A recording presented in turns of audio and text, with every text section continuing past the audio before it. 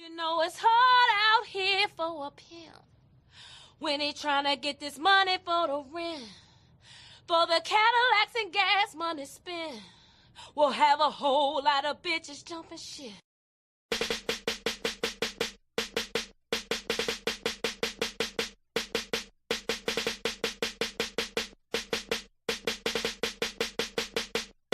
You know it's hard out here for a pimp when he tryna get this money for the rent, for the Cadillacs and gas money spent. Will cause a whole lot of jumping shit. You know it's hard out here for a pimp when he tryna get this money for the rent, for the Cadillacs and gas money spent. Will have a whole lot of jumping shit. What's going on, party people? It's your man, 50 Grand, the Godfather, Nate Milton, and you are about to listen to another excellent episode from the Nefarious Media Network. Since January of 2025, we have been putting it down for the crown, and we've been committed to bringing you truthful, thoughtful, turned-up commentary as it pertains to the worlds of sports, politics, pop culture, pro wrestling, entertainment, and life. Yes, life. This thing that we are all just trying to get through day by day. An electric word called life, as the man used to say. And that brings us to the drive for 500. Yes, 500 YouTube subscribers, which gets us halfway to monetization, and 500 Patreon subscribers. Patreon.com/Nefarious Media Network. That's our stretch goal for the year. Because if we hit those marks, it allows us the flexibility and the freedom and the funds, quite honestly, to do some more things here at the network, to be more consistent with our shows, to bring you new shows, and to bring some people on to help with production. So if you believe in us, man, if you believe in what we're doing here, because we got a lot of hard-working people, myself included, working 50, 60 hours a week at the shoot jobs, got families, got kids, got responsibilities, but we still do this, man, because we love this and we believe in this. And if you believe in us and you love the shows that we do, help us out, man. Help a brother out. Help a sister out. That's all we asking, because we are trying to change the game by any means necessary, even if those means may be nefarious.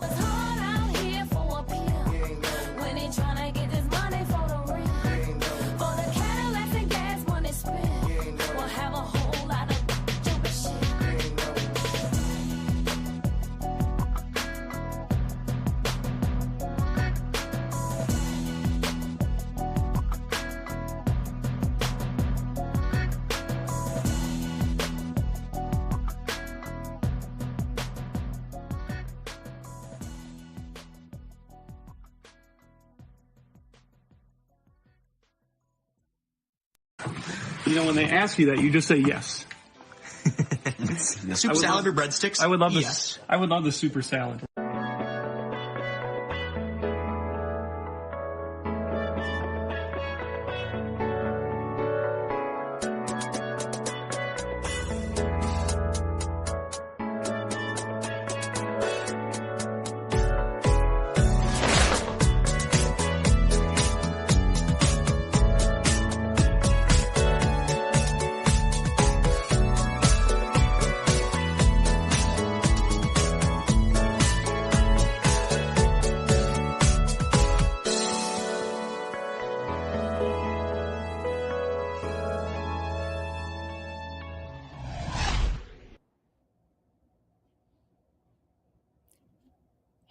Hey, party people.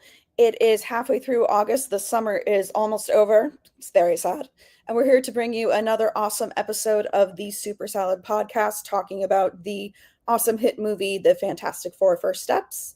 I have a few friends here with me today to talk about all these great things. We have, of course, my first guest, Brother Nate. What's up, OG Rachel? My friend, always good to catch up with you. Always a good time, Nate. Always good to see you. You know, it is my birthday week, and I can't think of a more fitting way to end my birthday week than by hanging out with my friends. And some people, like, I think Rachel wonderful. Some people call Rachel Wonder Woman. So if Rachel is Wonder Woman, then I'm Mr. Fantastic Stuff. Now think about it. That was That's a how shout that out to B.O.B., who nobody has referenced in at least 5 years. So we salute you, B.O.B., wherever you are, unless you're doing crimes. Fair, very fair.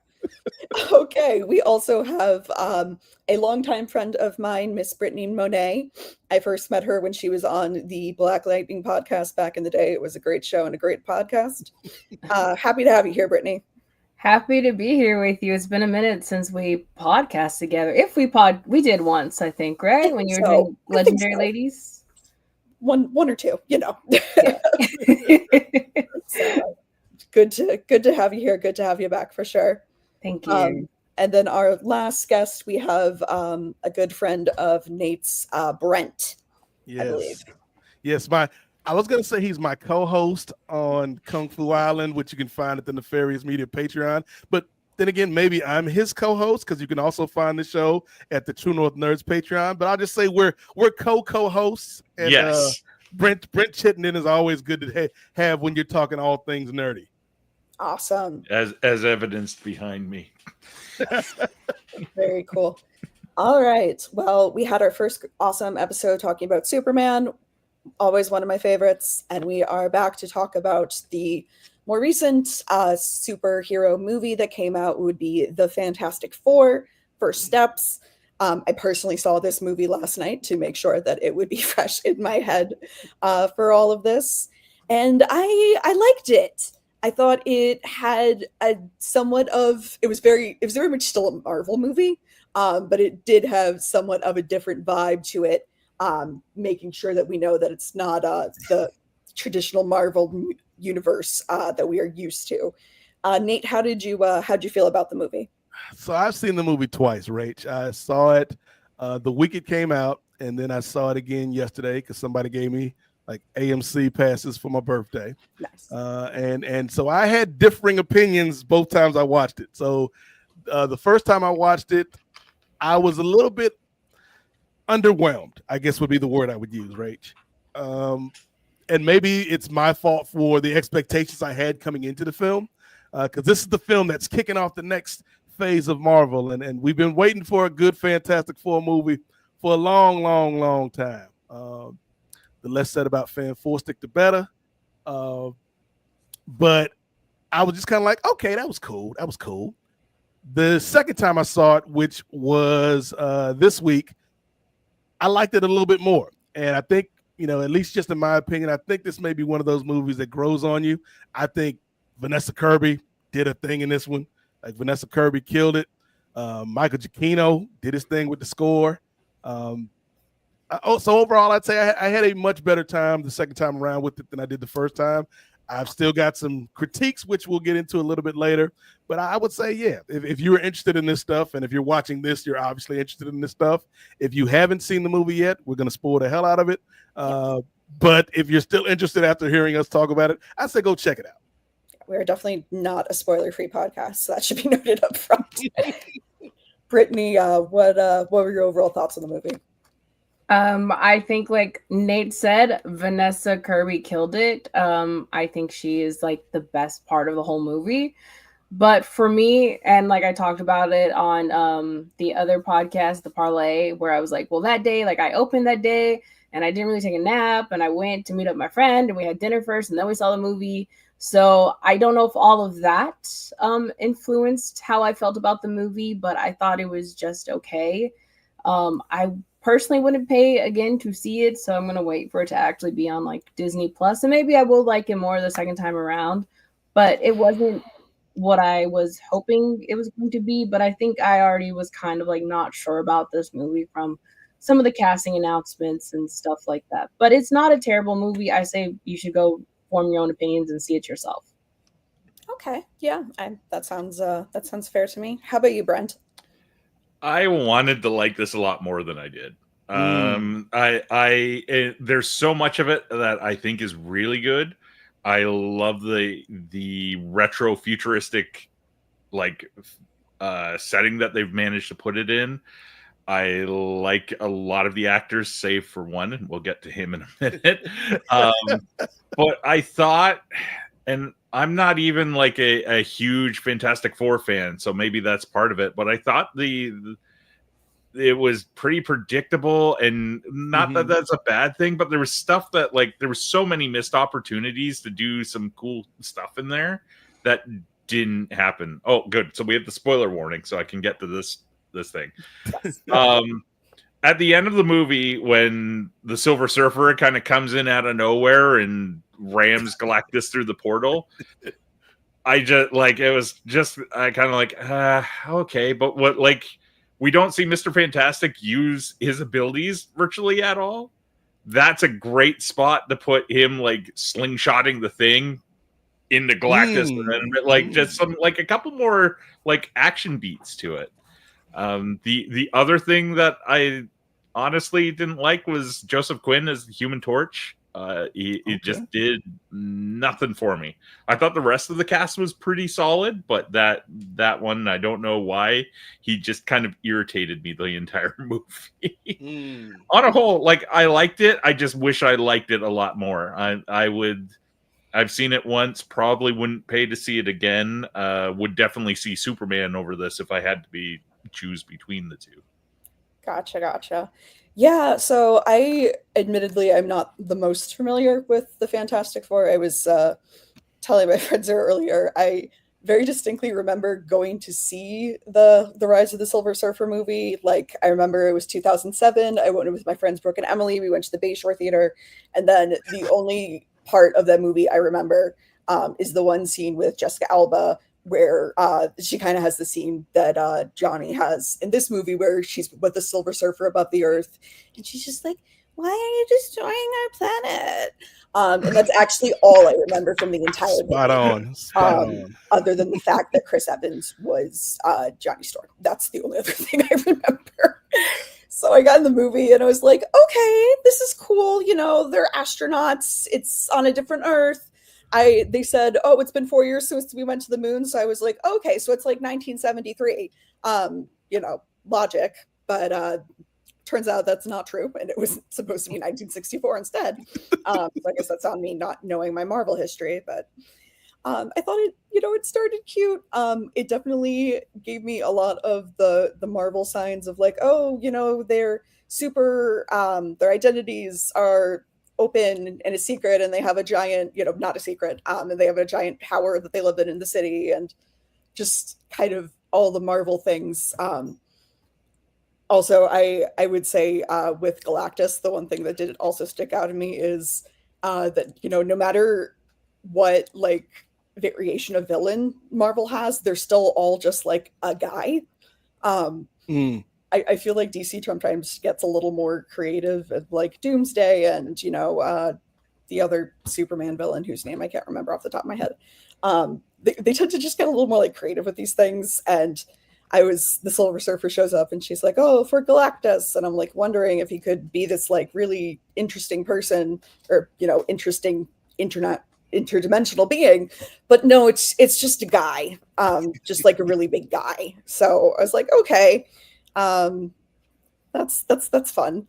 I was also, throughout the movie, I was trying to figure out if they were sending clues about how much time had taken past by the growth of the baby, or if they were just kind of pretending that was a newborn who could. I think it's the latter. I think they were trying to pretend that it was a newborn, as opposed to obviously 3 to 6 month old child. I think so too, because I was seeing that and I was like, oh, so like some time has passed, and I was like, no, I don't think they're doing that on purpose. Actually. So I had to kind of newborn didn't have a good enough agent, Rachel. Suspend my belief a little bit on there. Then like, yeah, that's a baby. That sure is a baby. I really liked Rach, how, like, again, because I'm glad you brought up Galactus, because I need to talk about this man. But before then, I will, like, again, we're gonna mix it up. We're gonna praise some stuff and we're gonna critique some things. That's how opinions work, people. But one of the things I did like about the film was the way that they wove the origin story in, where we're doing this Fantastic Four appreciation show and giving you the clips of, like, this is what they did. These are who these people are. And like you said, Brent, I did love kind of the retro futurism and this 60s-ish kind of time period that we're in. Like I dug all that. The aesthetics of the film, I think, worked for me. But Galactus, man. Yeah. How Galactus are you the destroyer of worlds? You're eating all these planets in the solar system, in the galaxy, in the multiverse. And you go out like that, brother? You go out like a punk, brother. He went out worse than Titania in She-Hulk. I'm like, you supposed to be this threat, and you went out like a sucker, Galactus. Like, and I like there was never a moment outside of and Brittany and I talked about this on the parlay, outside of the chase scene, like when they first go to Galactus' ship, and then they have to, like I really like the chase scene. I thought that was one of the best parts of the movie, and Galactus felt threatening. Galactus felt menacing, but when he came to Earth, I was just kind of like, I don't believe you. You need more people, Galactus. You're just not giving me that. Like Thanos gave me like, ooh, this guy's a problem. Right. Killmonger, like, ooh, this guy's a problem. Right. But a problem. Yeah, I didn't get problem vibes from Galactus like in that third act. Yeah. I will say one thing I wish they clarified a little more is just how the baby was going to play into in Galactus's plan, because he's like, oh, he can take over my throne and he could satisfy my hunger, and I'm like, is he going to eat the baby? I wasn't sure. I was like, it kind of sounds like that's his plan, but also it's like, does he want to take over? But like I was confused. I didn't know if he wanted to eat the baby or not, and I feel like that should have been clarified. There's a T-shirt for you for the podcast. It's Galactus and holding the child, and with the Austin Powers, "Get in my belly." It's beautiful. I love it. I love the vision. But Galactus to me is like, that was one of the other things that I kind of had an issue with the movie is from the get-go, is Galactus should have been the follow-up to Thanos. Thanos is this huge threat, and like Galactus is a guy who like destroys solar systems.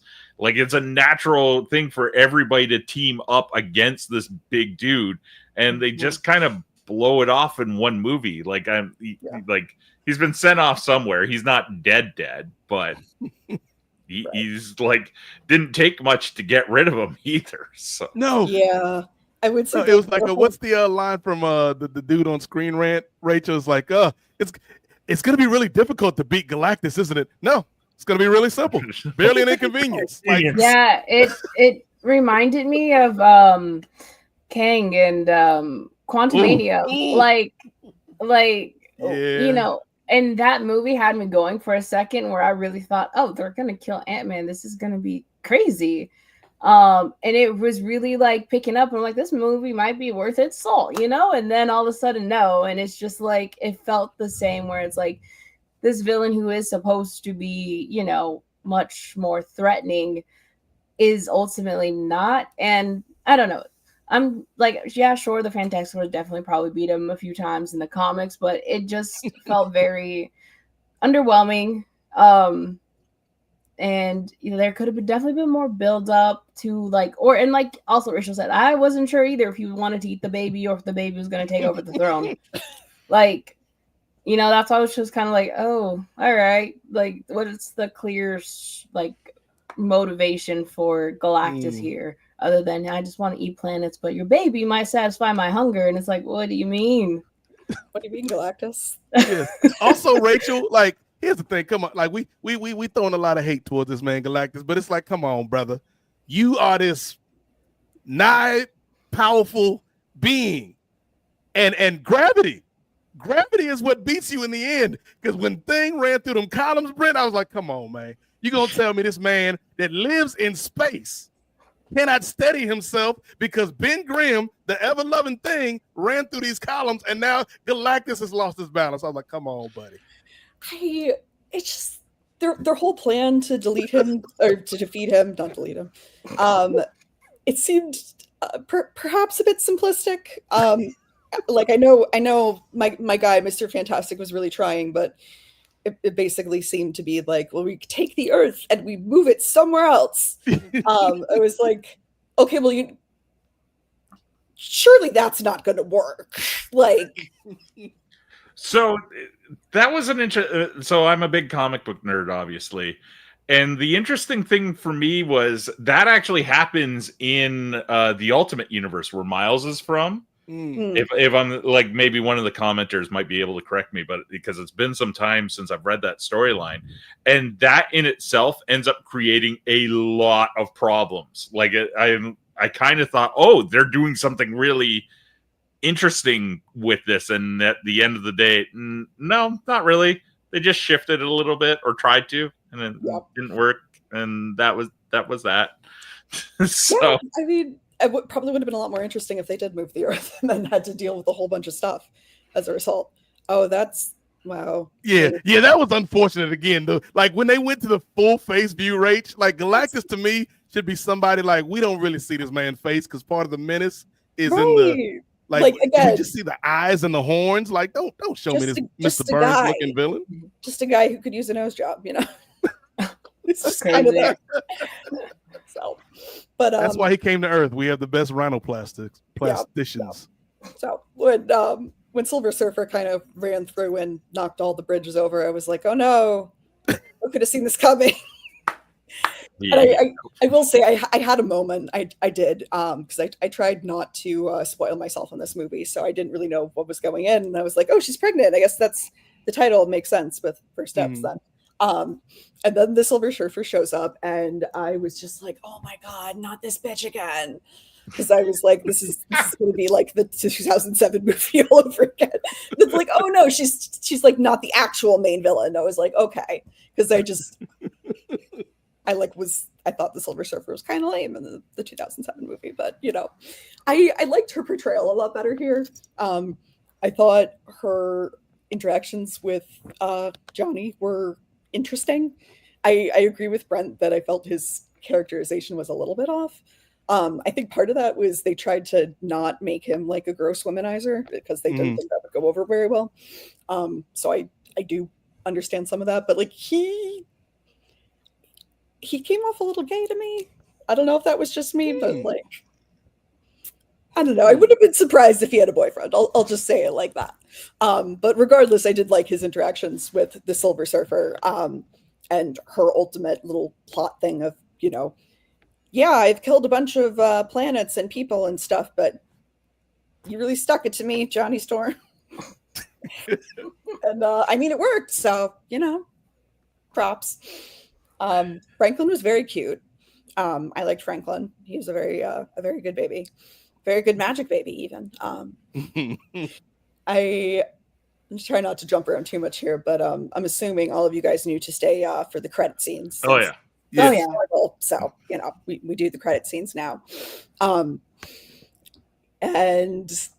the mid-credit one, I was like, I feel like I don't keep up with Marvel enough to know who this guy is, but I feel like I should know. But it kind of looks like Kylo Ren with the mask. Like, it's obviously not Kylo Ren. I know that it's not Kylo Ren, even though he's also a Disney character now. Are you doing a bit? Wild. But I was like, okay, and now they're gonna rile up Britney talking about a man's Kylo Ren on these streets. I do know about Britney and Kylo Ren. I do. So, but yeah, I was like, okay, interesting. I was like, I think I better watch it, or Franklin's gonna like chuck him across the room. But you know, so I guess they're. So you really didn't know who that was? No, I'm not a Marvel. I don't Marvel. I like Captain Marvel, but that's that was Dr. Doom. Oh, that would make sense. Dr. Doom. That's why I was like, are you doing a bit right now? No, I'm just a dumbass. No, to be fair, it's kind of nice because most of my day job, I work at a comic shop, so everybody just like, oh, did you see Dr. Doom? It's nice to hear like the other side of it, of like people just see it, and there's going to be a certain percentage of the market who are like, who's that guy? Why is he like over the baby? Like there is the one little hint about it earlier when they have the UN meeting, Yes. and his home country is like, they focus on the empty seat where his home country, Latavia, where it should be. But like, if you're not following Marvel, like it's one of the problems Marvel and in some ways the old DC had, is just expecting the audience to know these things, and they don't necessarily do. Yeah, no, I definitely, after like the Guardians of the Galaxy movies and stuff like that, and they have like, I'm like, oh, a guy.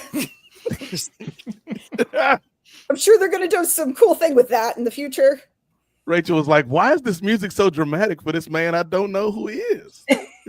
I mean, he looks threatening. Franklin's like, It's Robert Downey Jr. Yes. I think they confirmed that it was actually him who filmed that scene. Okay.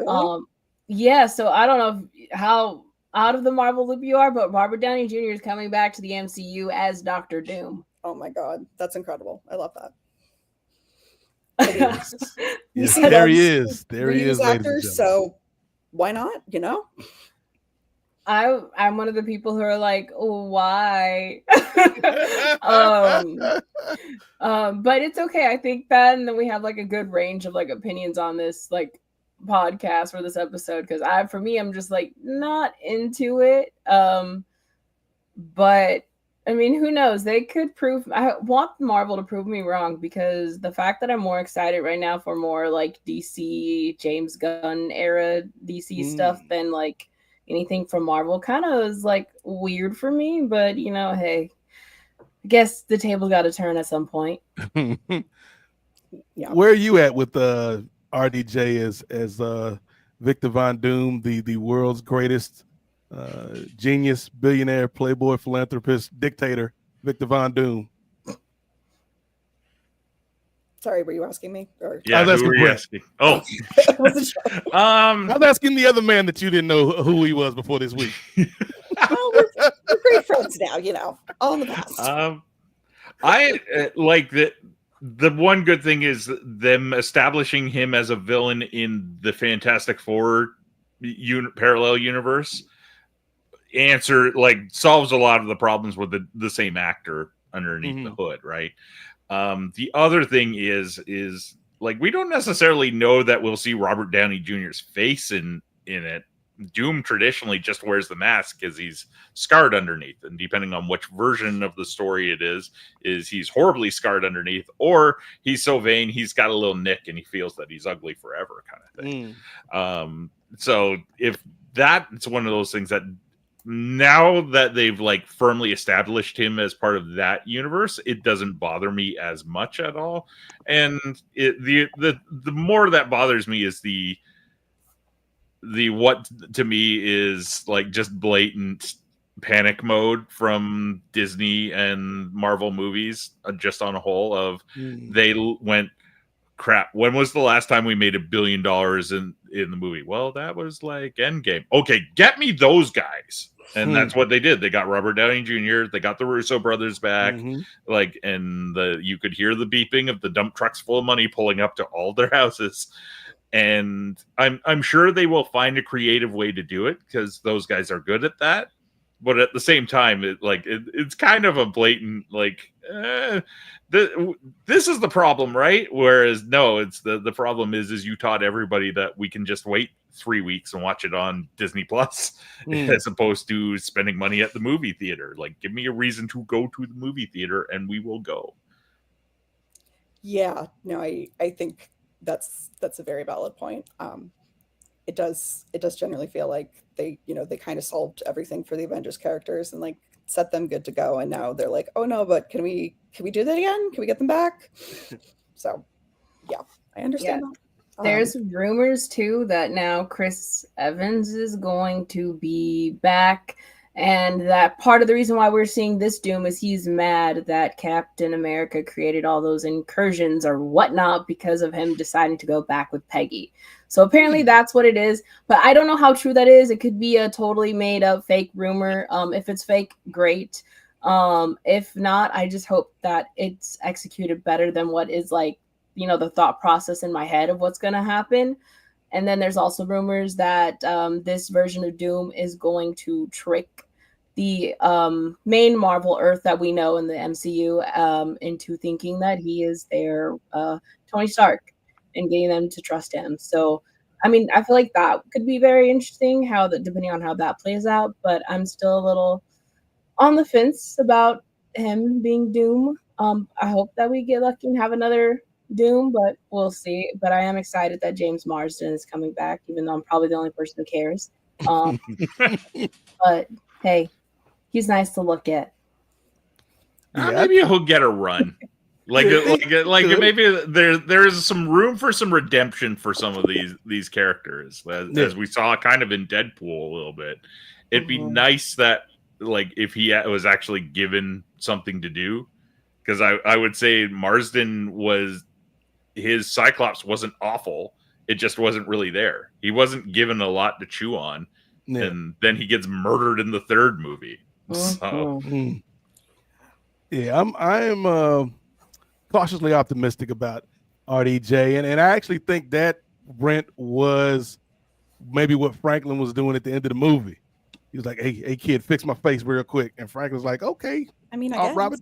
Why not? Robert Downey Jr., I'm gonna fix your face, because I hear what you're saying about Doom, but you ain't no way you hire this man Robert Downey Jr. No, to wear a mask for 90 minutes, dog. Yeah, that'd be kind of fun.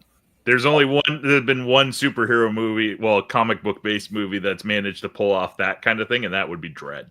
Yeah, it's because that what you're talking about famously happened with the Stallone version. Is that Dredd in the comics doesn't take his helmet off. You never know what he actually looks like under it, other than what other people have described in the comics. But when Stallone made the Judge Dredd movie, it's like, no, we're paying X millions of dollars for this guy.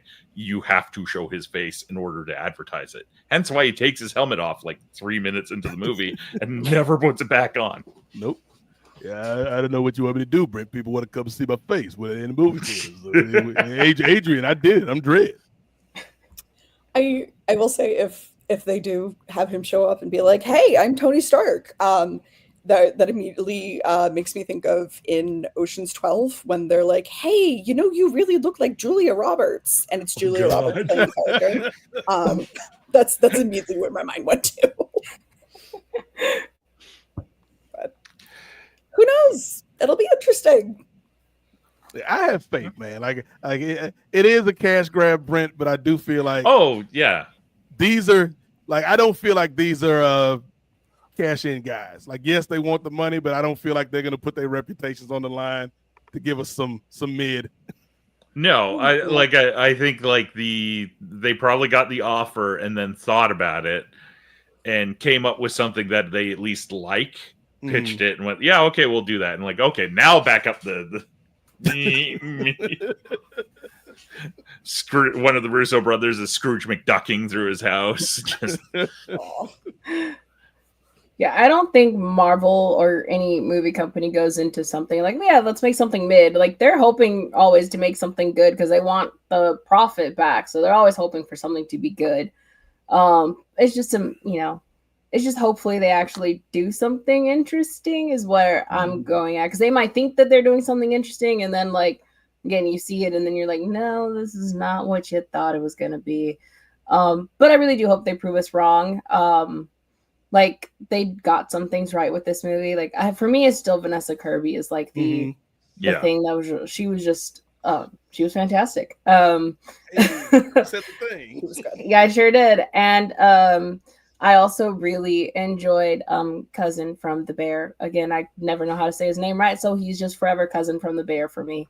Loved him as Ben Grimm. And then I'm sorry. For me, both Johnny and Reed just didn't hit for me in the way that I was hoping to.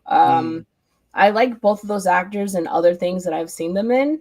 It's just I don't think they were the right choices for this role, but also I do think that Pedro is better than John Krasinski as Mr. Fantastic. So there's that, though, at least. I was going to say, I feel like I'm a little late to the party on Pedro Pascal because before this movie, I hadn't really seen him in much. I know he keeps going everywhere and everyone seems to be really thrilled about him. So I was looking at his IMDb and I was like, oh, I definitely did not realize he was Maxwell Lord in the really terrible Wonder Woman sequel movie. And when I say it's terrible, you know it, because like the first Wonder Woman's like my favorite movie of all time. So, but I watched that movie and I was like, oh, this is bad. This is really bad. Anyway, side tangent. I agree with Brittany. I think he was definitely better than the former Mr. Fantastic. That's probably not the highest bar. But I could tell that he's like a very talented actor. And that, you know, he was putting a lot into it, but I feel like the character was probably not the strongest portrayal of him I've seen. But yeah, Veronica Kirby was great. She was really good.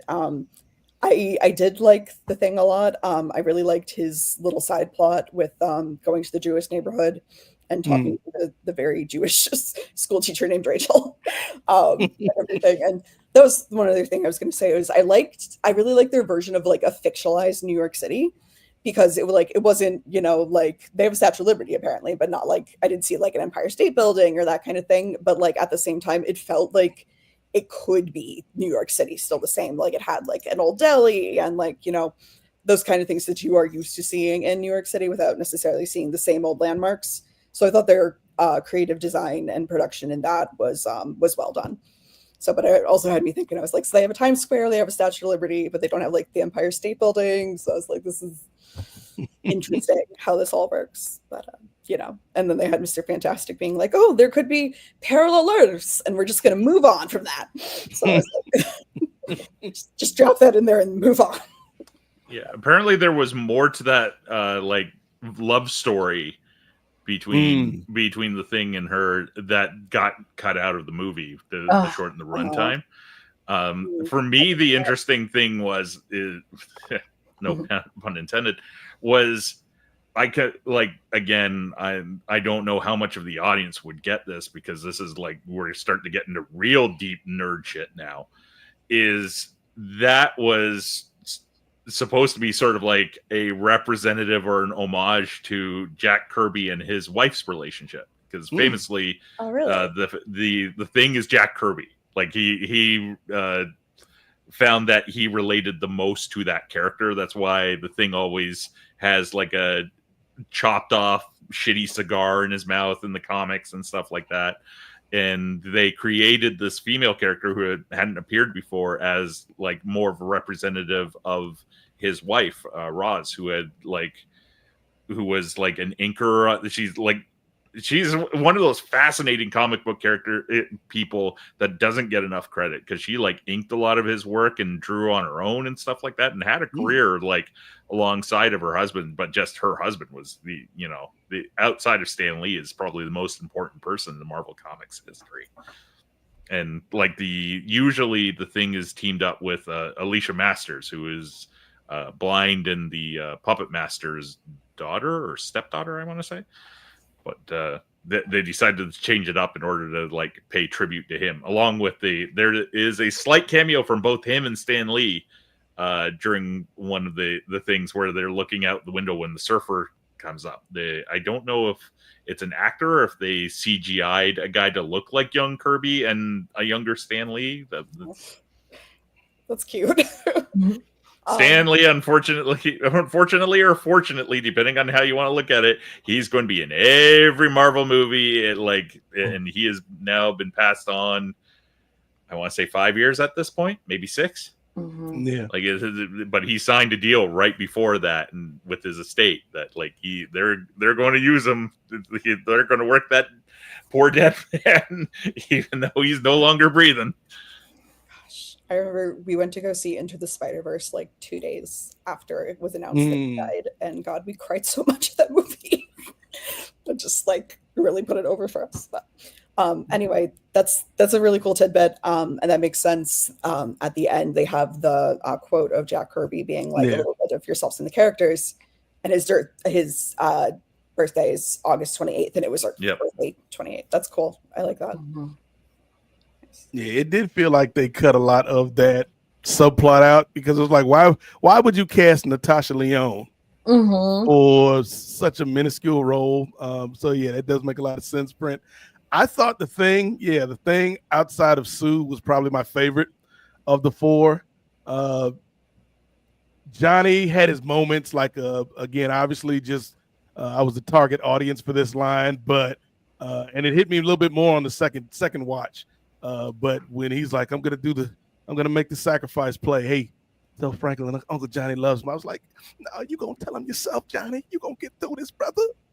But other than that, like they did give him some smart stuff to do, which we don't usually get from Johnny. Like he actually wasn't just like chasing chicks all day. He was like thinking about things. Although it was ultimately to chase this one silver lady who she wasn't naked, Brent. It was like a space polymer on her body. How do you poop when you're wearing a space polymer, though?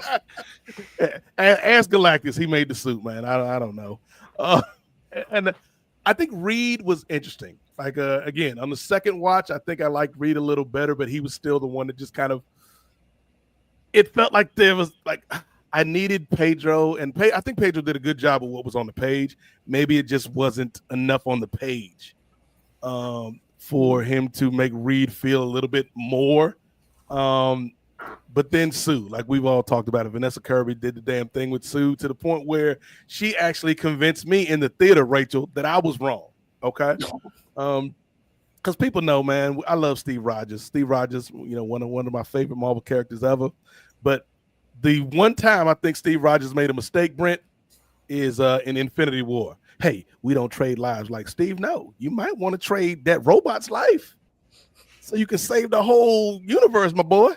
Like, I was vehemently against them. Like, no, we got to save Vision. Like, no. Even Vision said, don't save me, dog. He don't want to be saved. But when Sue, Galactus is like, hey, man, I can either eat your baby / make your baby my prodigy. I don't know what I'm doing. Or I'm destroy the Earth. I was like, Sue.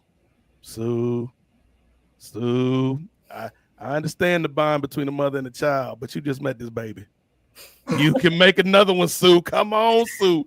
So I was feeling like the people in the movie, Rachel, where I was like, you gonna kill us just to save your kid? We got families too, Fantastic Four.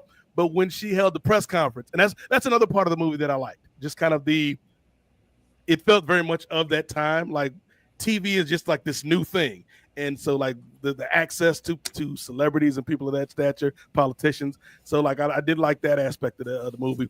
But when Sue is like, hey, me and Johnny growing up, we lost our dad. We lost our mom, but our dad was still there and it wasn't perfect. But we're family. I'm not going to give up my child to save the earth.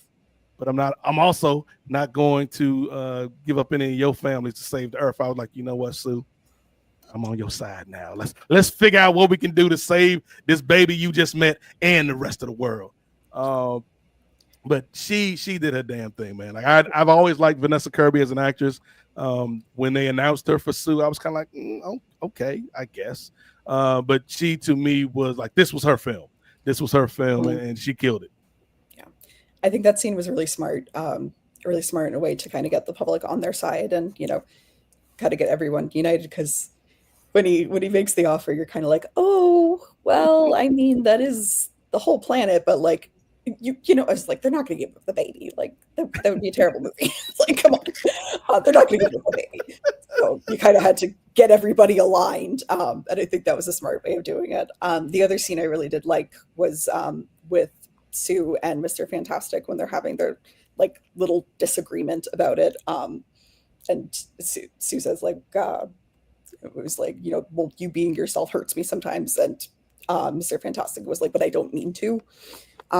I thought they played the emotions of that scene very well, and it really just showed like their depth and their connections as a character of like how much they love each other and how much they're trying to figure out this hero's journey at the same time. And I thought it was really well acted. I thought it was well written. I like that scene a lot.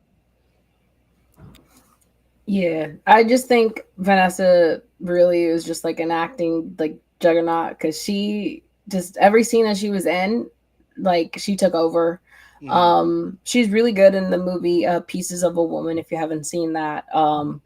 it's a really, really excellent performance. I think she should have won an Oscar for it. I think she was nominated. But yeah, she was just so great. And it's obviously very different than what we had with Jessica Alba. But yeah, I just think that was probably also a good moment, Rachel, with the between them when they are actually emotional. But as a whole, I still think that Pedro was not as stellar in the role as I was hoping he would be, because he's literally great in everything else that I've seen him in. But yeah, I hope that their focus maybe will be more to build around what Vanessa Kirby offers versus the other people on the team. Well, not so much Cousin, but the other two. I think they gotta, like, I don't know, change up something with them. Yeah. Yeah. Yeah, no, it'll be interesting. I was going to ask a question real quick, Rach, because I think one of my favorite scenes in the movie, and it's a very brief scene at the end of the movie, is when they go back to the talk show. This is after they beat Galactus by the power of gravity and love, and they're like, you see Johnny and Ben playing with the kid, and they're the publicist or whoever. Like, she was great in the movie too, in a small role. Yeah, I liked her, Lynn. And then they're about to go back on this talk show after they saved the world. And then they're like, oh, we got an alert. And then they go out to the car because we got to rush and save the day. And the fellas are having trouble putting in the baby seat. And I really like that dynamic with Sue, just like, these boys. And it's like, do you think if the movie had more of that? Because I do think there was some good action in the film. I do think there was some good dramatic moments. But it felt like it was kind of light on the comedy. And I feel like part of what makes the Fantastic Four, part of what makes these Marvel movies is there's like a bit of charm, Brent, a bit of whimsy. And do you all feel if this movie had more stuff like we got in that last scene where they were messing around with the car seat, that the movie would have kind of came across a little bit better? I definitely think it would. That was the thought I had a couple times during the movie. It was, normally Marvel movies have like some really, really funny scenes. And it did have some comedy, but like, you got a person covered in metal on a surfboard flying around. Like, this is, it's kind of supposed to be comical. And I feel like they were not always playing it for comedy. So I think they could have played that up a bit more for sure. Yeah, there's the relationship between Johnny and the Thing in the comics is all built about, like, basically they're siblings that never wanted to be siblings. They like there's been over the decades they have prank wars against one another, things of that nature. That, like, a little bit of that, like, you don't want to spend the entire movie on it, obviously, but like a little bit of that would have added to the relationship building between them. Side note, Reed Richards, guy who creates rockets and portals to other dimensions, hasn't figured out a better way to make put in a car seat than the stupid seatbelt underneath that we've been using for decades. Like, that car seat can resist Galactus, supposedly, but yet he still has to fumble with the seatbelts in order to get it strapped into the car. Okay, sorry. I think you're valid. Honestly, no, it's valid. But I agree that I think because they were trying to be like, because I think all four of those actors are all very good in everything else you've definitely seen them in, whether or not you like this movie or you love this movie. So I think they're like, okay, these are all like actors, so let's like have them act, and it just. I think because of that, there wasn't as much fun moments as like we've come to love from Marvel. And then I know that there's always been the complaints from people like Marvel's too funny. They need to be serious. And I think they chose the wrong movie to be like, let's be serious or let's be more serious. And I think that's it was just an unfortunate thing because like, yeah, the Fantastic Four I think is supposed to be just a little bit funny. And there was not enough funny. I don't know. There was just so much about this movie that like it really didn't work for me. I don't know. I feel like I don't have much to say other than like, I wish it was better. I mean, I think that's valid. I think the movie definitely could have benefited from a few more funny moments to kind of just lighten things up. We needed Nate- more Mole Man, Rachel. We needed more Mole Man. Oh my gosh, Mole Man. Okay, I have thoughts. I loved how he, obviously the movie starts and he gets a few moments of like being this crazy guy, and then when he has the scene with all of them and he's like going back and forth with Reed and like punching things, and then he gets the moment with Sue and he's like, "Oh yes, fellow world leader." So concert. And he's like, "Oh, I'm sorry, Sue, I couldn't resist." And I'm just like, well, that was a switch. I'm like, he went from this super villain to kind of leading this underground country, and I was like, okay, that's interesting. That's an interesting choice. Yeah, so this is one of those things that I don't get when the movie companies do this, because not everybody is going to find out about this or do that. There was a prequel comic book that came out, I think, the week before the movie came out. Okay. That first of all, it spoiled the fact who Paul Walter Hauser was playing, because it's all about the Mole Man stuff before the movie starts, and it explains why he like loves Sue, or respects Sue as a like basically sort of a leader of the surface world. It's all this stuff, which is like cool for a guy like me. Like I work in a comic shop, I read comics, so I like, oh, that's nice. They're referencing that, but like 90% of the movie's audience probably does not know that book exists, let alone has read it. So and of course, because of the print runs on it, we were sold out by the time the movie came out. Other shops probably ordered heavier on it. At least they have a second printing on the way.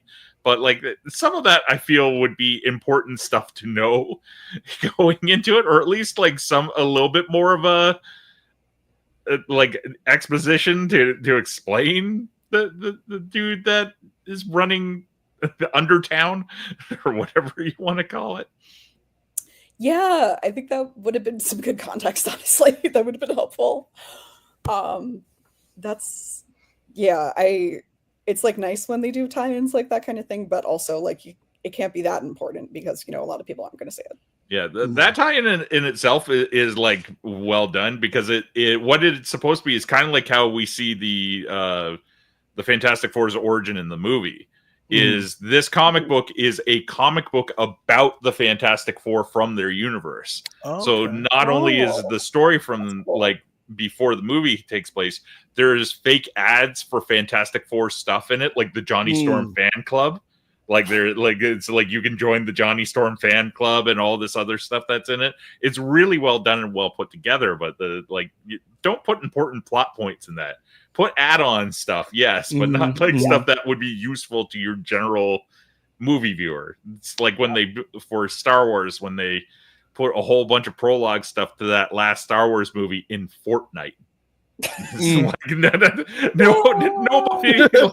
nobody knew about it, and it's like, oh well, if you go and play Fortnite, you would get a lot more out of the. Like, I am a 40+ while I play video games. Fortnite is not my forte, nor are most of the people going to that movie. Yeah, I definitely would not have thought to look there. I think when you talk about that tie-in comic, Brent, it does bring me back to something that I really dug in the movie that I wish they would have delved more into, and that is, what is the 838? What is going on this Earth?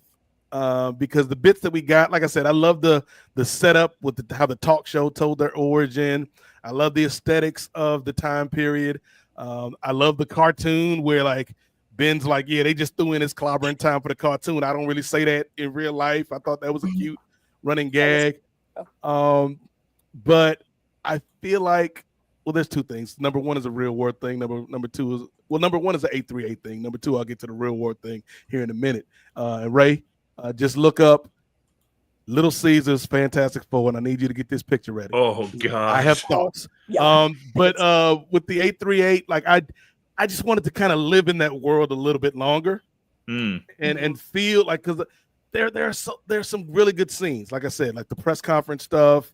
Ben, showing off for the kids was cool. Like, just this is a unlike the 616. This is a Earth where like they openly love them some Fantastic Four. Yeah. Whereas in the 616, it took a while, and there's still people that don't trust the Avengers in the 616. But here, everybody loves the Fantastic Four, and so it's like I would want to see more of that. Just the Fantastic Four amongst the normals, so to speak, because I think that could have done a little bit more, Britney, to kind of maybe humanizing Reed more. Like we got the little bit with him doing the Mr. Wizard show for the kids, but I kind of needed more of that in this film. But now, Little Caesars, you got some nerve, you got some gall, you got temerity to try. And I understand movie tie-ins, Rachel. I understand this is all a corporation. We all cogs in the wheel of capitalism. So you got to make your money any way you can. Toys, licensing, merchandise.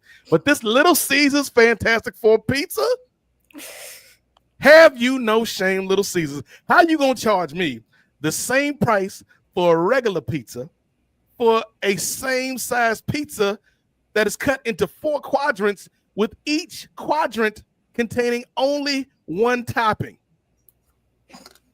So you're not giving me a meat lover's pizza, Brent. You're giving me one pizza with pepperoni over here, cheese over here, sausage over there, and maybe pineapple for Britney over here. That's what you're giving me, Fantastic Four pizza. Like, no. Ray, you got to picture this monstrosity? This is the real villain of the movie. Not Galactus, not Silver Surfer shot a ball. Little Caesars with the Fantastic Four pizza. I like they bought it for us at work one day, and I'm just like, like this is like what, like why? Like I understand maybe for some kids, like kids like different stuff, maybe that works. But for grown adults, you won't give me a slice of this Little Caesars pizza with one topping for the same price as a pizza with all the toppings? Look at this, Brittany. Look at what they tried to serve to the American people and the people of the world. Not gonna lie, Nate. I saw in Universe that they have the Little Caesars billboard thing going on. So for a minute there, I wasn't sure if you were talking about something in real life or in the movie. This is real life, Rachel. This is what Little Caesars and the Marvel and Disney company decided to put out into the universe. This Little Caesars 4-topping Fantastic Four pizza, which was not fantastic. Spoiler alert. Yeah, no, it doesn't look great. And the amount of, speaking of product placement, the amount of product placement for Canada Dry ginger ale in that movie was so random. Ginger ale. It seemed like such an odd choice, but I guess, whoever's pawning up the money. I didn't know Canada Dry had Marvel money. Well, I love Canada Dry, I do too. Regardless. I love ginger ale. I'm not disparaging their product. It just seemed like an odd choice. I would have thought for like As the a 60s, Canadian, it's against the law cola. for you to disparage it. Maybe. Yeah, no, You'll notice I've been covering up my label the entire time. I did see the commercials for the Fantastic Four pizza because it's where the guy's like trying to sell you the pizza and he's being like thrown all over the place by, I want to say it's Reed. Yes. And he's being thrown all over the place, and to see that's the pizza that they're actually trying to sell is like really crazy. And then it goes back to what I was kind of saying on the parlay. Like it kind of frustrated me the level of marketing that this Fantastic Four movie got when it was the weaker film, and Thunderbolts was just like perfection to me compared to these two films. It was just ultimate perfection. The fact that that film got the least amount of marketing is crazy.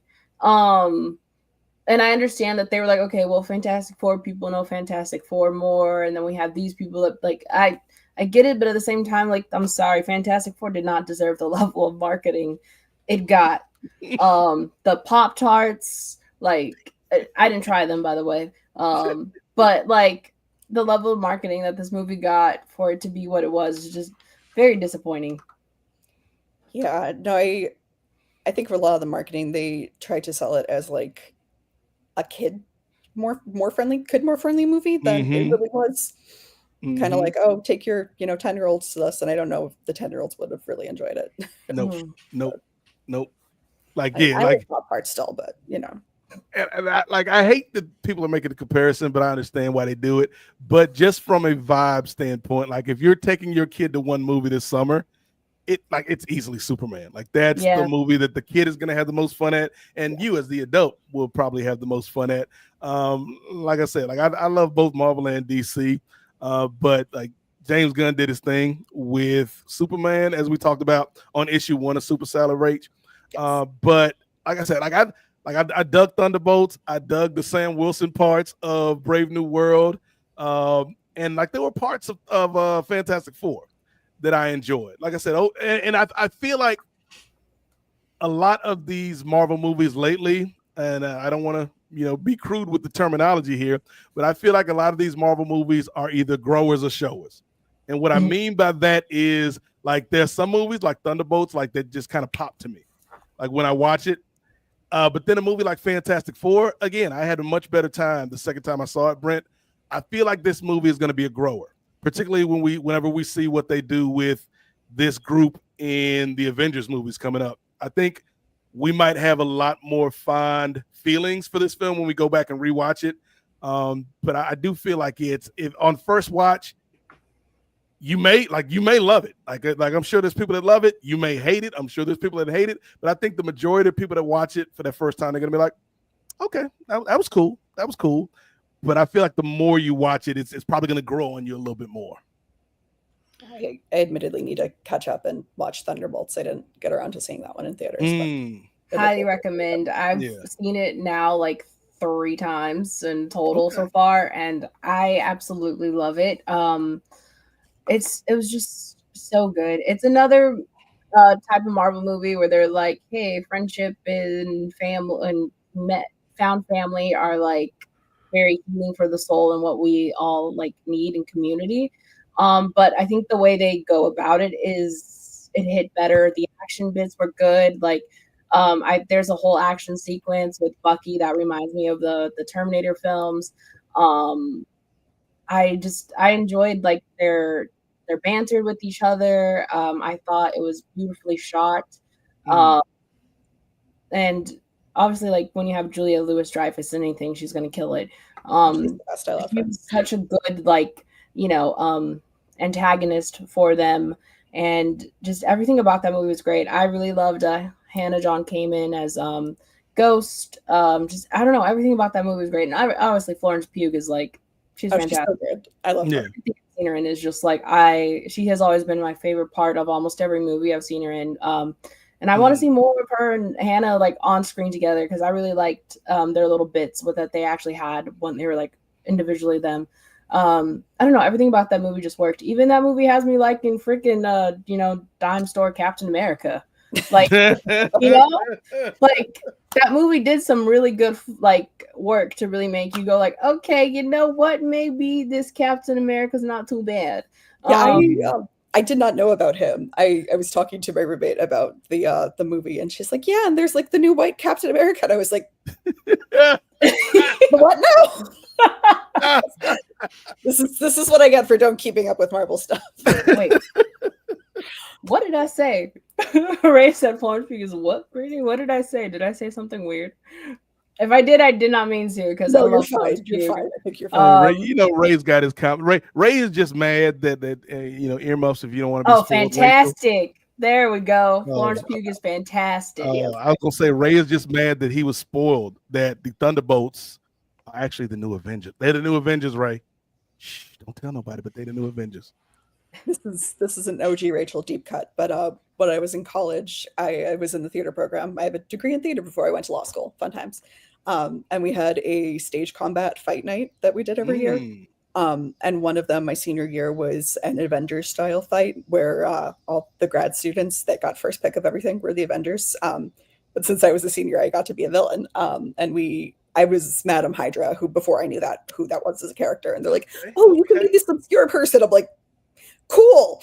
And we called ourselves the Thunderbolts. So when the movie came out, I felt very devalidated. I was like, I know that. That's the thing I did. So yeah, deep cut. Anyway, I guess we're probably about talked out. Do you guys want to go around and give your socials and wrap things up? Oh no, we're not, Rachel. Not to step on your toes because petty producer he may be, Ray Williams, and this might be the biggest spoiler of all, ladies and gentlemen. Ray Williams actually went and saw a movie this week, like paid theater money to go see a movie. So Ray, come on out here and tell us your thoughts on the Fantastic Four. Spoiler alert, there were 4 of them, Ray. Yep. Yeah. And a baby. I kind of And a figured baby. that out. Well, yeah, it was 5. It ended up being 5. Is my mic on? Okay. All right. So I kind of share sentiments with each of you guys. I thought it was good. I really enjoyed it. I'm not big into the comments. Like, I do remember some characters here and there. And by the way, Rachel, yeah, that hooded man at the end, that's Dr. Doom. See, I could do it back now. See, You know, we all learned something today. That's true. That's true. But yeah, I thought that it was good. I share your sentiments as far as with Vanessa Kirby and with Cousin from the Bear. Well, Sue Storm and Ben Grimm being like the 2 strongest characters out the film. I too wanted to see more with the little romance that he had on the side with the teacher. Rachel. Yes. Rachel, yeah. I was trying to think of the actual actress's name. Natasha Lyonne. Like Natasha Lyonne, yep. Co-star Blade Trinity, one of the finest movies ever made.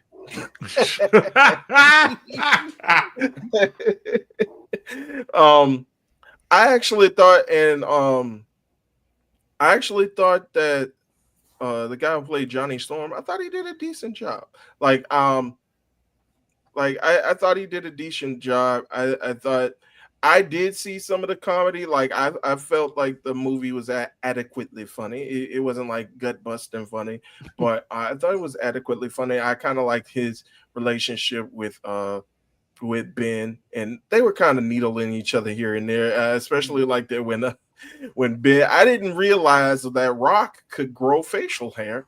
So that was interesting. That was funny. So, the way he was taking the sander to his face to shave.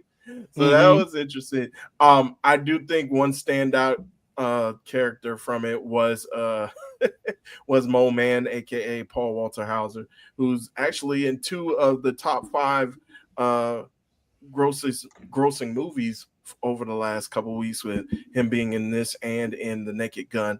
So yeah, he's doing work, man, and he's also a big wrestling fan. So I love to see wrestling fans. Wrestling champion at the moment. Yes, from Progress, right? I keep joking that he is going to be the first one to have a "we got," because he is a wrestling champion. He has won an Emmy already. So he just needs the Grammy, the Tony, and the Oscar. Okay, that's true. I can't think of any other. The only one who there's other guys who could compete for it, but will we ever see a Rock holding that gold statue on? Or actually, Brent, you're thinking too hard about this, because the easiest way to get a "we got" is Whoopi Goldberg needs to win the Knockouts Championship.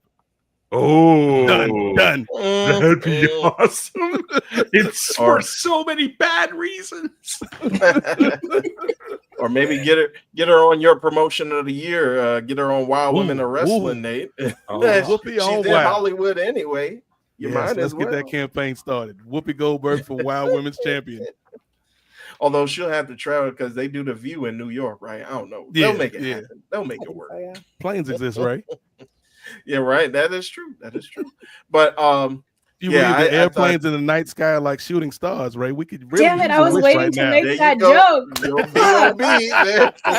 Full circle. Damn it! I was waiting to make that joke. But yeah, I thought Sue Storm, and I thought Sue Storm had some moments too. Like, she had some very funny moments, like you all mentioned with Mole Man. And I think I didn't realize that she would be like a diplomat as well. So she kind of played it off. I found it funny that she was in like the meeting room, like the assembly room. And when one guy wants to talk with her, she just turns invisible. Yes. It was like, I know you here. Like, no, he was just like, where is Sue? I don't know. What happened is, I was like, I know you right there, Sue. Don't try to run. I can smell your perfume. It's apricot. It was like she was like right there in the room. Like, you can't come on now. But that was funny. I do think, and you mentioned this, Brittany. You mentioned this when we were talking about it on the parlay. You did mention that Pedro Pascal, he kind of was a little bit too soft for the role of Reed Richards. Like, when Reed Richards is known to be calculating and cold and just thinking about all the odds, and it doesn't phase him one way or the other. He just has to think of those different odds and what could be possible. And so I thought, like, in the first half of the movie, I kind of saw that, because I was like, he's supposed to be like this big leader. And then, especially when we get to, like, I think once Shia LaBeouf came down and we kind of start seeing the other side, where I think he expressed the burnout, where he's trying to think of a plan and he's trying to help save people, but he can't find it. And so I kind of enjoyed that part. But then when they came back to talking to Galactus, and they were just like, well, what's going to happen? And he was just like, I don't know. It's like, come on, brother. We can't think of anything else to ease these people's concerns. Yeah. But he was as bad at that press conference as Triple H on some of these post-show conferences. Not that bad. I don't think it was that bad. But I do think that he did play like the worry, and kind of like having the worry of the world being kind of like the smartest guy in the planet. Like, you should always have a plan. And so kind of that weighing heavily on him, I think he expressed that well. But him expressing just going out and leading the Fantastic Four and just taking it on his shoulder, like, I don't think he expressed that part well in the beginning, but I think he came along towards the end and he kind of built up to that. So, yeah, those are my thoughts. I thought it was a What do you think about Galactus, man?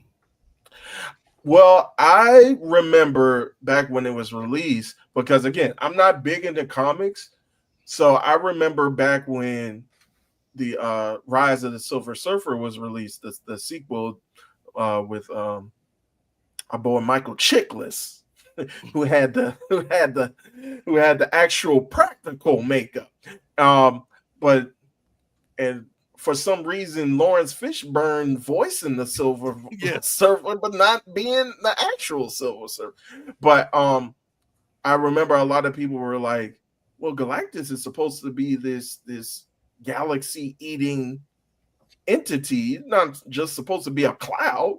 And so a lot of people are like, this sucks. He's not supposed to be a cloud. This sucks.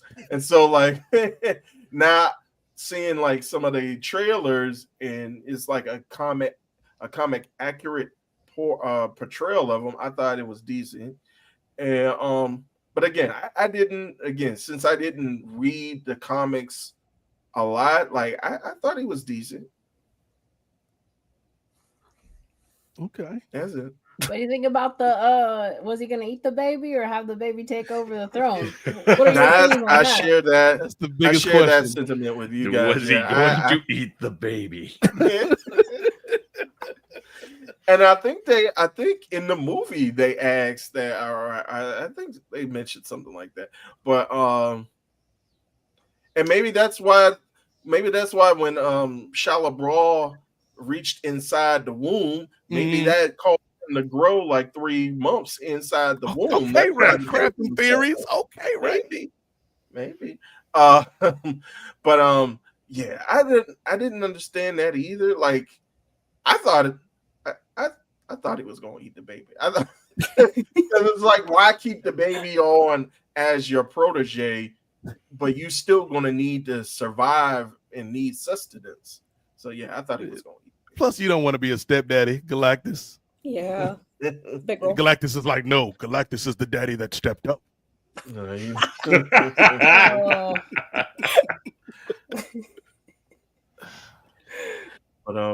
yeah, I thought it was a decent film, and yeah, it kind of like that mid credit scene.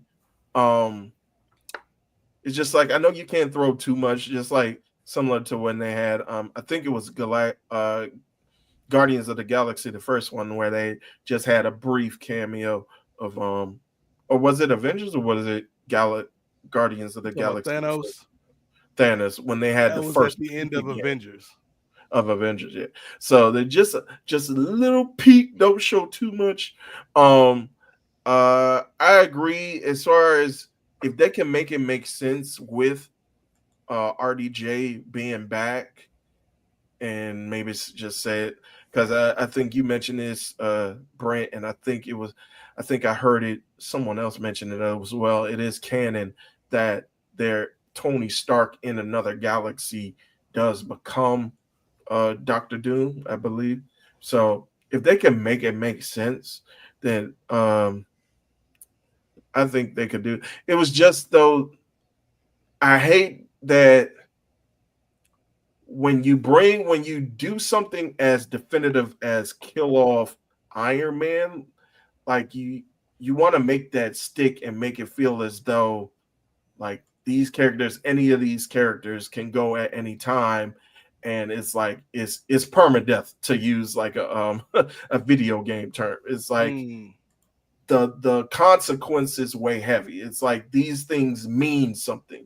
If we keep bringing a bunch of other people back, then it's like, well, even though they're different characters, like it doesn't mean as much, because like we can see through the fourth wall and we can see like, well, he played this character, now he plays this character. It's weird to see him in a different role. So I think it's important to make those decisions mean something.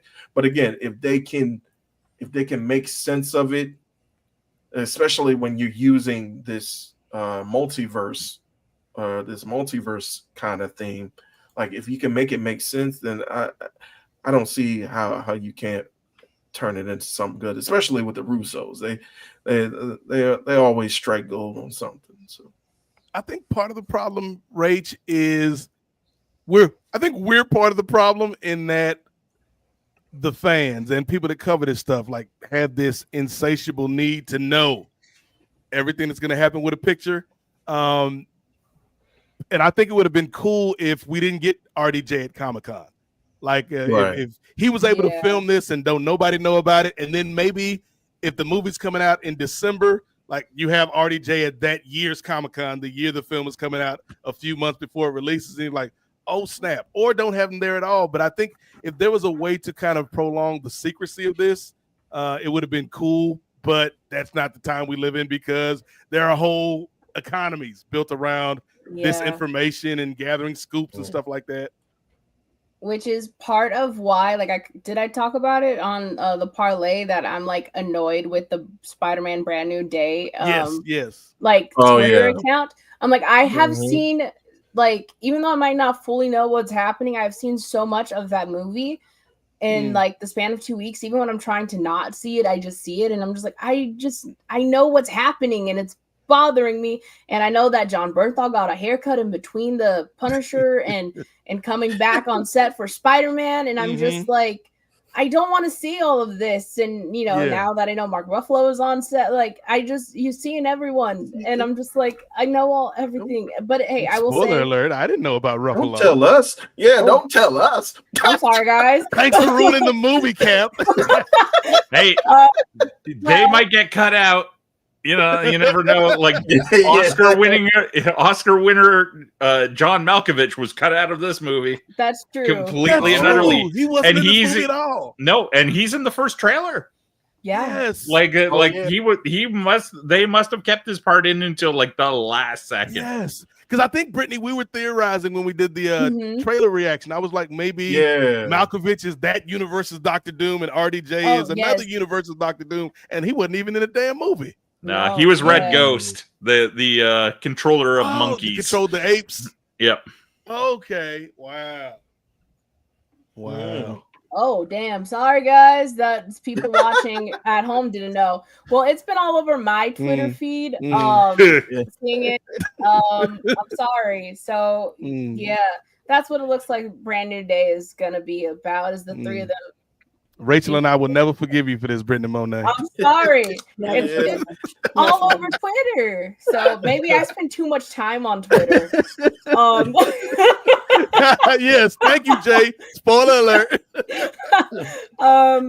Yeah, maybe I spend too much time on Twitter, but I've seen it all day. I will say shout out to, is his name Destin, the guy who's directing it, that they're actually using Spider-Man on rigs, because I think for the last movie they didn't. So shout out to that. So that's cool. Okay. But and everyone's like, who is taking these pictures of Spider-Man? And it's really funny because it feels like.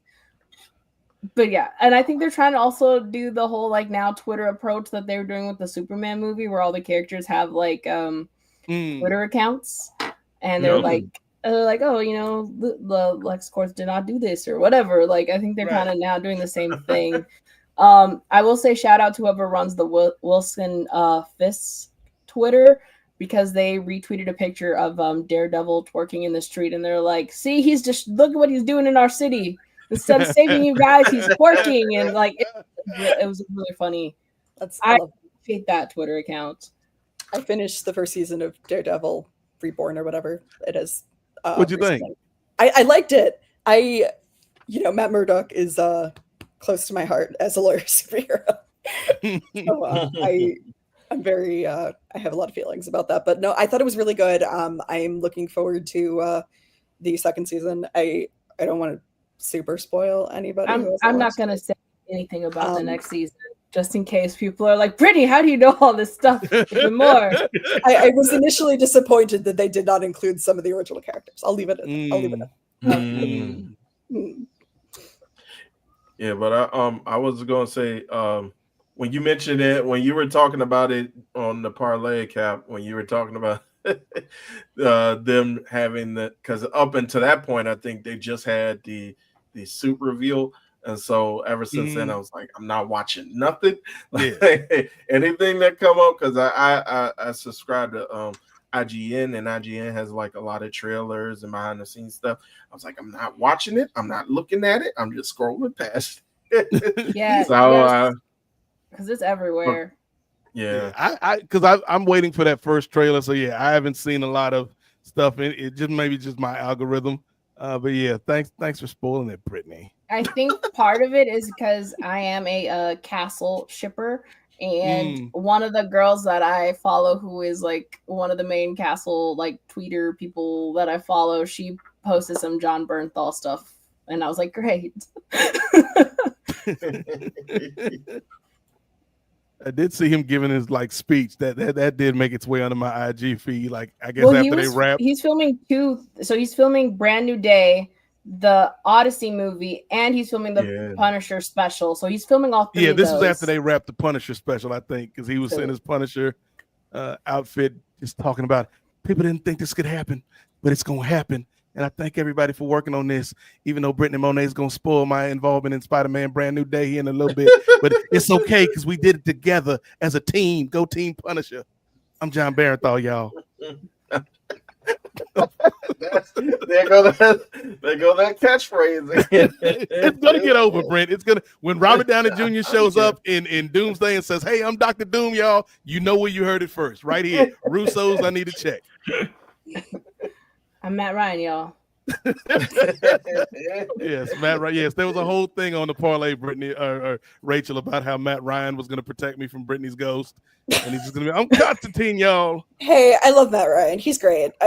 Yes, he was so had good. Many amusing conversations with Matt Ryan. All right, so final thoughts. Ray, you got any more thoughts? Or you good? Yeah, I'm good. I think that's everything on Fantastic Four. I also got a chance to see Superman too. So okay. Yeah. Do tell. Oh yeah, This man seen 2 movies in 2 weeks. What?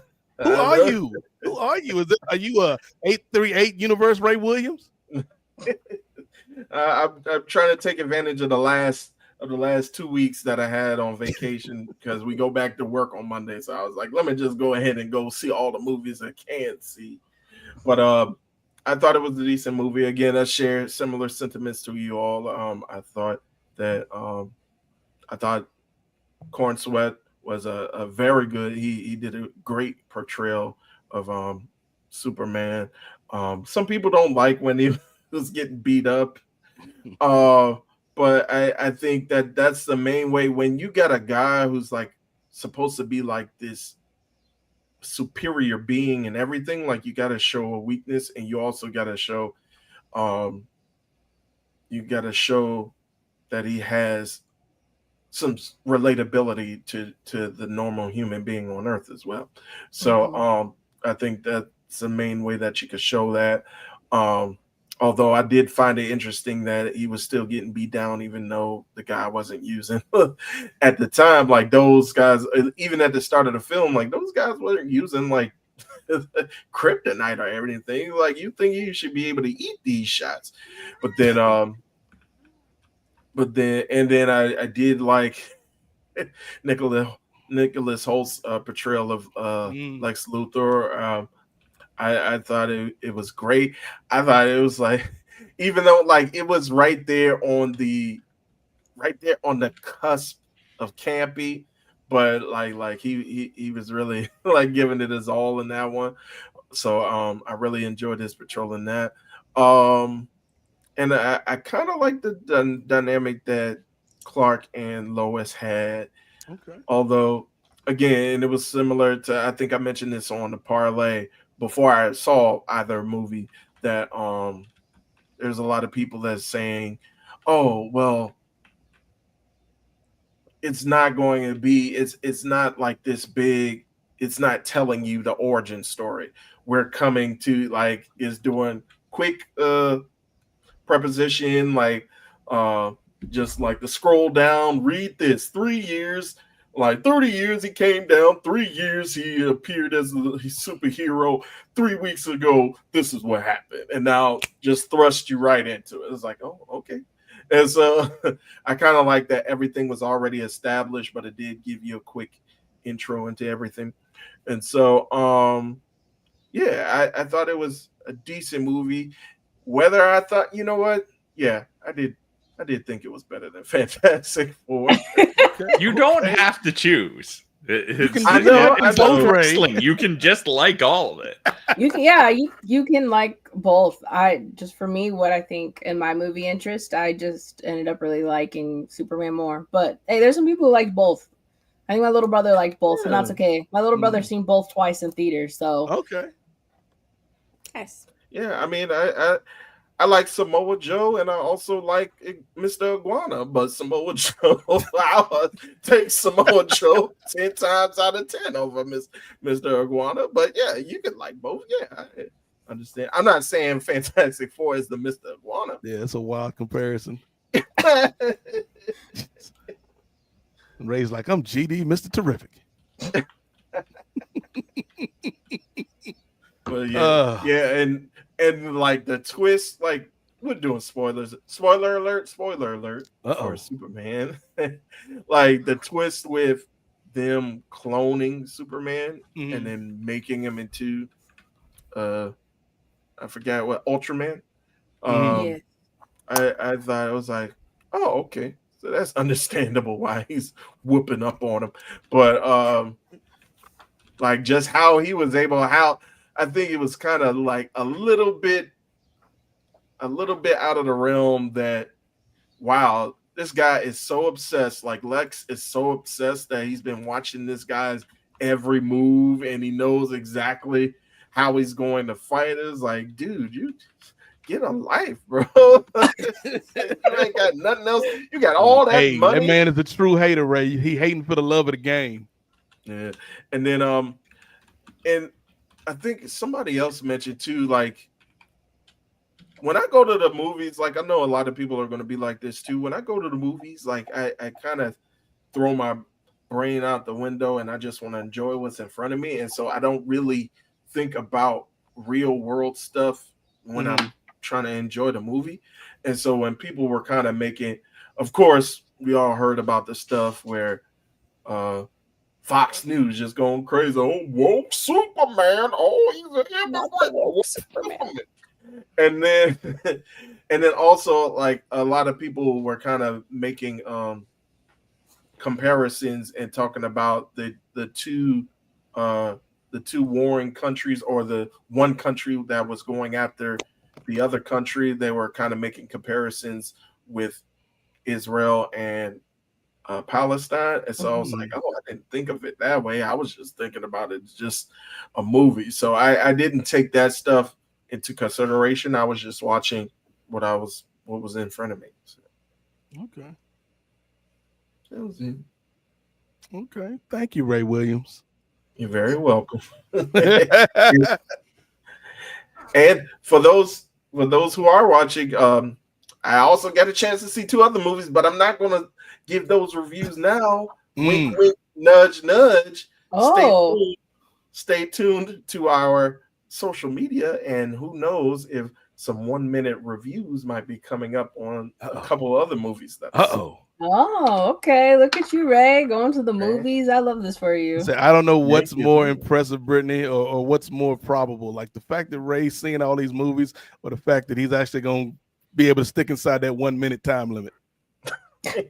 Come on, brother. Who you lying to, Ray? You or me? I'm gonna try. I know a lot of people tease me about how slow I talk, so I don't know. Maybe by the time I get to like the intro of a movie, it'll be 1 minute. By the time I just give, this is the synopsis, and before I even get my review, 1 minute's up. Ray's like, I meant to say 5-minute reviews. They're gonna be 5-minute reviews. Well, the shorts can go up to 3 minutes. So, or the minute, it doesn't have to be an actual minute. It could just like when I tell people, "Hey, I'm right around the corner," when I'm still in the house with no shoes. Thank you, Ray Williams, super producer Ray Williams, y'all. Thank you. I appreciate you guys having me on. Thank you. Thank you, Ray. Yes. All right. All righty. So I think we should give our final thoughts and put this baby with superpowers who may or may not get eaten to bed, Rachel. All right, the magic baby. So yeah, I thought it was cute. I thought it was fun. You know, it could have been better, but given past Fantastic Four movies, I thought they did a pretty good job overall. It's such a low bar. It is a low bar, unfortunately. So you can find me. I am mostly just on Twitter or X, I guess, whatever. You can find me at Rachel Eiley. That's RACHELEILEY. I am also on Instagram at the same handle, but don't go on there as often. Brittany, where can the good people find you? I am on most social media sites at Hi Britney Monae. Hi, Britney Monae. Hi. Yeah, so I've been kind of just doing whenever I can podcast with you guys here at Nefarious Media. I don't do any other podcasts right now outside of it. Yeah, that's kind of it. I'm mainly on Twitter too, Rachel. And I usually am just either tweeting crazy stuff and I don't know, trying to avoid the Spider-Man stuff has been my like main Twitter fiasco right now, I guess. But yeah, that's kind of it right now. And I guess my final thoughts on the movie was Vanessa Kirby should be the main one leading the team. I agree. Thank you. All right, Nate, where are you at? I'm all over the place, Rachel. I'm all over the place. But mainly I'm here at Nefarious Media Network. We got a Patreon, patreon.com/Nefarious Media Network, because we are in the midst of the drive for 500 Patreon subscribers, 500 YouTube subscribers. That gets us halfway to monetization. And then with the Patreon, that will allow us to do different things here at the network. We're looking to bring in some more production help for Ray. We're looking to get new shows in the pipeline. We're looking to make the Patreon feel a little bit more special, feel a little bit more exclusive. So like when you get to Patreon, you're not feeling like I felt when they gave us the Fantastic Four pizza. And you're like, okay, it's cool, but is it? So we going to spruce up the Patreon a little bit. And ultimately, depending on how many patrons we can get, I want to start putting some money in people's pockets. Not Ray, though. Ray gets paid in love and compliments. but yes. So IG, IG, Facebook, Instagram, which is IG, Twitter, and Threads, and Blue Sky, I believe, we're all over the place with Nefarious. So just look for Nefarious Media Network. We're going to be the first thing that pops up. And if you do have comments, thoughts on Fantastic Four, thoughts on our fantasy football live draft that we did earlier this evening, just hit us up. Use the hashtag NEF NEF Media, to let us know that you're watching. We do appreciate you. We got a lot of special things coming up, not the least of which is a top secret project Brittany and I are working on, which may be released by the end of the month. And then my final thoughts on Fantastic Four, or as I've told Brittany, you can't even say the name of this movie. You got to sing it as Michael Giacchino intended. Fantastic Four. That was another hit for me on this one, Rach. That soundtrack was if everyone stayed through the credits, they heard the beautiful Let Us Beaten song. Yes, the soundtrack was working. The soundtrack was working for me. It was a good one. I liked it. Yes, from the Galactus cult. Which I would have liked to see more Galactus cult, Brent. This movie needed more Galactus cult because I wanted to know how these people felt when they saw their leader get defeated by gravity. It's like, oh, we've been following the wrong dude this whole time. But Fantastic Four, like, it's not going to change your life, but it's a fun movie, man. Like, there are points that I think they could have done better, but like I said, Rach, I think it's a movie that gets better on subsequent watches, as you kind of live in this world a little bit more. And I'm excited to see what this group does in the Avengers movie, which at the end of the day is ultimately what Marvel wants me to feel. Walking out of the theater is, you know what? I want to spend more time with these people. So I would say if you're interested, go check it out, man. Go watch it. Maybe catch it at a matinee if you're unsure. But yes, it gets my seal of approval. Brent Chittenden is somebody who always gets my seal of approval, despite the fact that he may be investigated by the Canadian government for his earlier statements about Canada Dry. Brent Chittenden, my friend, my co-host of Kung Fu Island, which will be returning at some point this year. Yes, it will. Where can people find you besides working at your comic shop, selling these Fantastic Four tie-in comics that came out too late? TrueNorthNerds.com. True North Nerds is a nerd podcast based out of Barrie, Ontario. We talk about movies like Fantastic Four and like Superman. And I'm not sure what we're talking about this week, but we are recording an episode. We will also, we have a Patreon as well, but go and support these guys' Patreon. That's where you can get Kung Fu Island Season 1, both on Nefarious Media and the True North Nerds Patreon.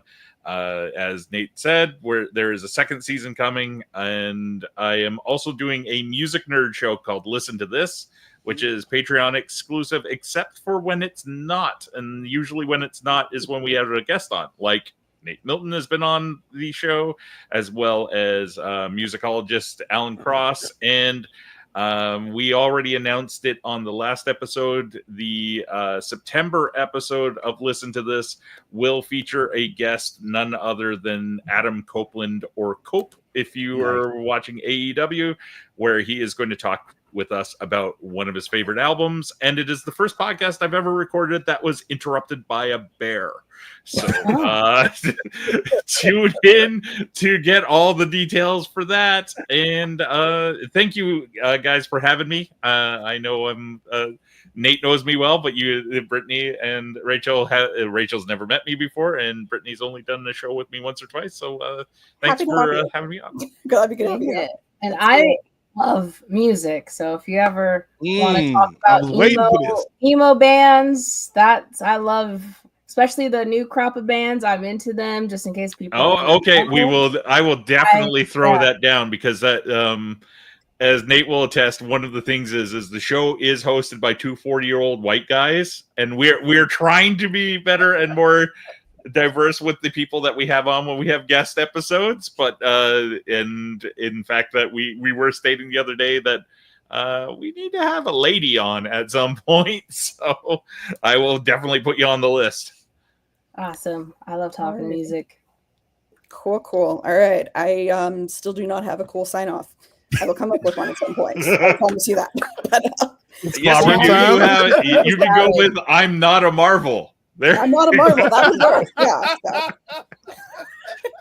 So. Remember, folks, I'm not a Marvel. See ya. Later.